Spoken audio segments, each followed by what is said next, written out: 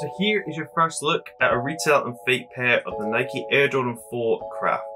This colorway is really nice, but will there be any differences between the two pairs?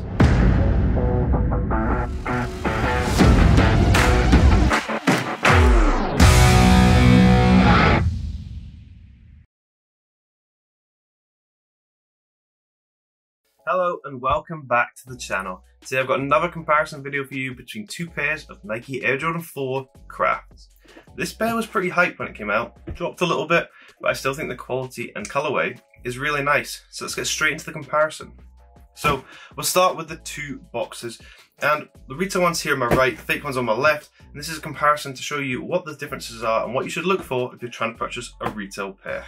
So the first difference to note is when you take a look from above at the retail and fake, you can see the Jordan logo on top is slightly off center on the fake one compared to the retail one, and the overall text quality on the top is very different. It looks like the fake one's just been kind of, well, I know it's been printed on, but it just doesn't seem as high quality print as the retail one. So it's just the difference between the two, and the overall grey from the box itself is darker on the retail one compared to the fake one, and you can see the speckles stand out a lot more on the fake box compared to the retail one. Spinning the box around and taking a closer look at the labels, we can see differences here in the font text size. So where it says at the top Air Jordan 4 Retro SE, you can see this is much bolder on the fake box compared to the retail one, where it's a much skinnier, slimmer text font used. You can also see below this where it says Photon Dust Pale Vanilla, you can see the text size is completely off compared retail to fake, and there's actual spacing issues on the sizes below if you look very closely. But these are just boxes and box labels. People care more about the shoes, so we'll open them up, take a closer look. Let's open up the retail one first. You can see the paper covers the shoes pretty nicely, and on the fake one, once again, you can see the paper covers the shoes, so they got this one spot on. If we look at the yellow color of the actual boxes on the inside, I'd say it's slightly brighter on the retail one compared to the fake one. The fake one isn't quite as yellowy as the retail one is. It's just slightly more, like a drop of brown dye has been put in it. It's slightly duller compared to the retail one.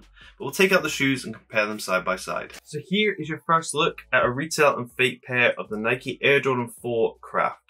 This colorway is really nice, but will there be any differences between the two pairs? So the first difference I'm going to point out to you is the furry suede going around the toe box area. And if I give you a close up of this, it's pretty easy to see the difference. So here you can see the difference between the retail and fake. The furry suede on the fake one is far longer than it is on the retail one, and also it's a little bit of a color difference between the two. On the retail one, you can see it has that hint of blue in the actual furry suede itself, whereas on the fake one, you can see it's a much lighter color and kind of gives off a more gray vibe than it does on the retail pair. So there's a clear difference between the two straight away, and it's very easy to see in terms of color and appearance of that suede-like material.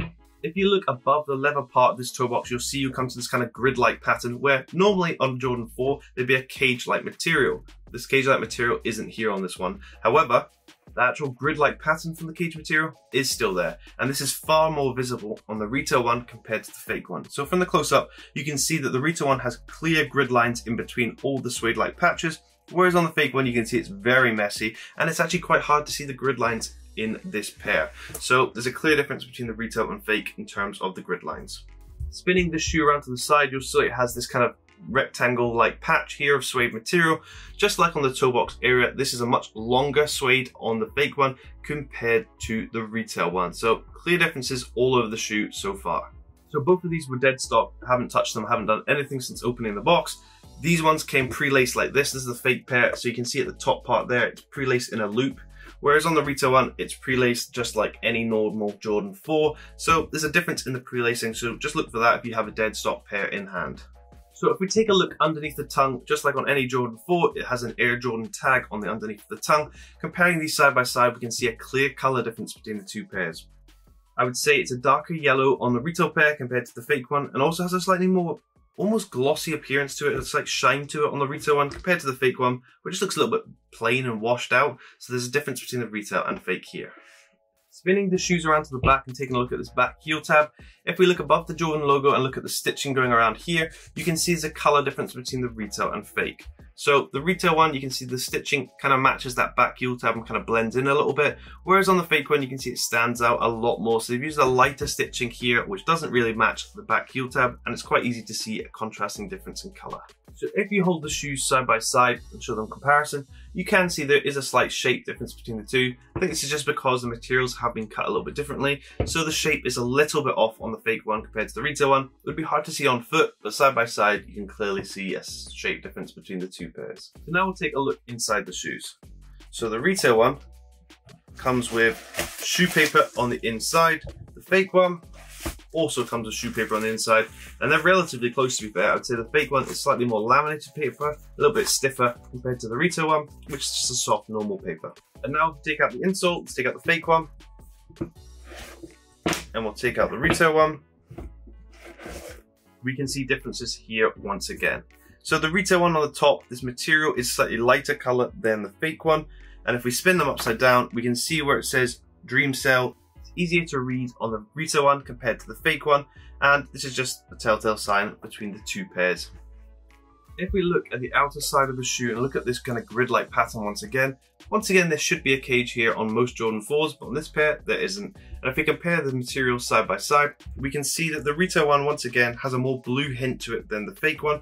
The fake one just hasn't got this color right and gone for a more grey kind of vibe, which just stands out against the blue leather on the actual shoe itself, and is a clear difference between the two. If I show you the sock liner of both of these pairs from the close-up, you can see there's a difference between retail and fake once again. If you look at the sock liner material, they may look quite close. However, in studio lighting, you can clearly see that the sock liner on the retail pair is much darker than it is on the fake pair. The fake pair has gone for a lighter material color, and they're just off in terms of colors all over the shoes, as I've showed from this comparison. But hopefully this video has helped you if you are trying to authenticate your pair, because this is a really, really nice pair, and it's staying at a normal price for once. It's not too expensive, and I think it's a perfect buy for summer. The colors go really well with everything, and I'm a big fan of the quality of this shoe. Let me know down below in the comments if you spot any more differences that I haven't pointed out, and I hope this video has helped you. But thanks for watching, and hope you have an amazing day.